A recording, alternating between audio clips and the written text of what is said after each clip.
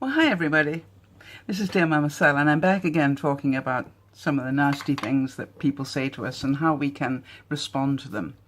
I've had some very good feedback on the first couple that we did, so let's move on to the third. In case you don't know, DearMamaSal is all about helping people cope with love, life, and other problems, which basically is everything. And we try to do it with a little bit of wit and wisdom. And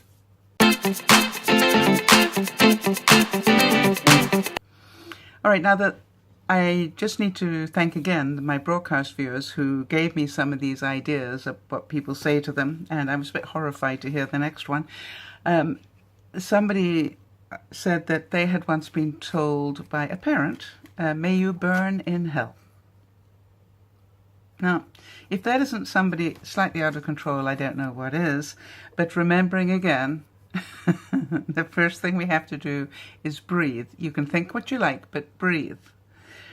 The next thing, as you will have learnt in number 1 and 2 of this one, is don't internalize what they said. Don't try and defend yourself. Don't try and tell them they're wrong, because they're not going to listen anyway. The whole thing is to ask a question. Now, before I get to the question, have you noticed that this comment, may you burn in hell, is normally said by somebody who's meant to really love you, like a parent. And I've noticed from my experience that it's normally also somebody who has a very strong religious belief. And I don't know, maybe the nuns taught me incorrectly, but I actually thought that, as you know, we were meant to love one another. I thought that was the base thing. We weren't meant to threaten people that they were going to burn in hell, because that's a control thing. Just my view. So yes, again, it's about control. And if they've lost control, this is what they're going to tell you, may you burn in hell. I understand that. So there's no point saying, you know, you're a wicked witch or blah, blah, blah, blah, blah, whatever you're going to say, because it's not going to mean anything to them. They're too angry to think logically. So yet again, it's a case of, if you can get away from it, just say, I'm sorry you feel that way, and get out of the line of fire, as they say.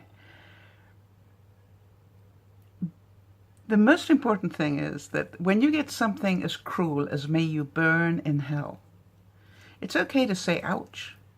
I really didn't know you felt that strongly. But what I had done, but I sure get that message. Because that's really what they want, is they want to make sure that they are heard.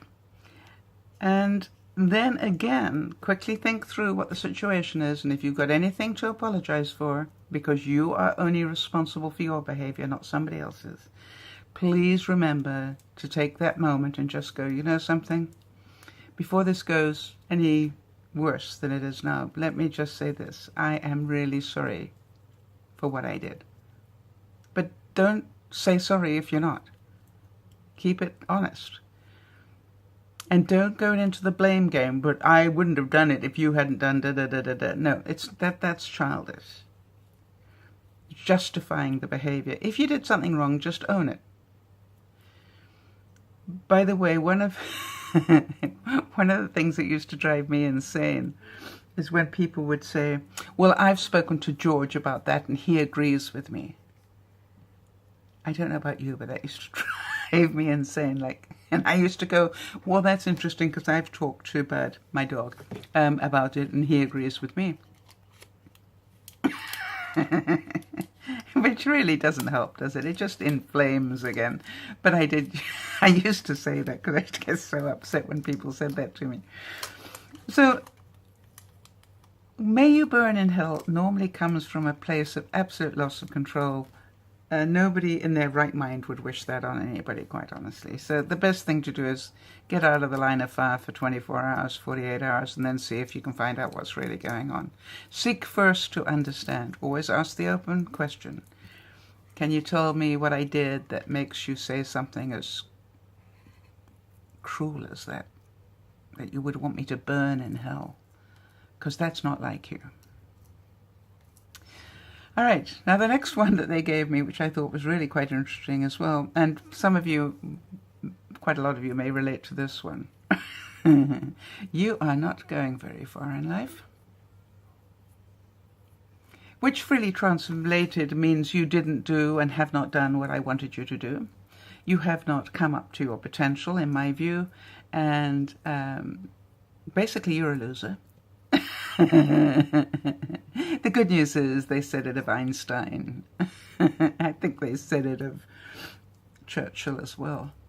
So really, don't take it too seriously. It's their stuff.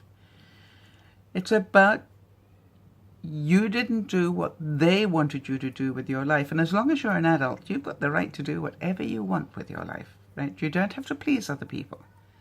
It's the whole joy about being an adult is you get to do it your way.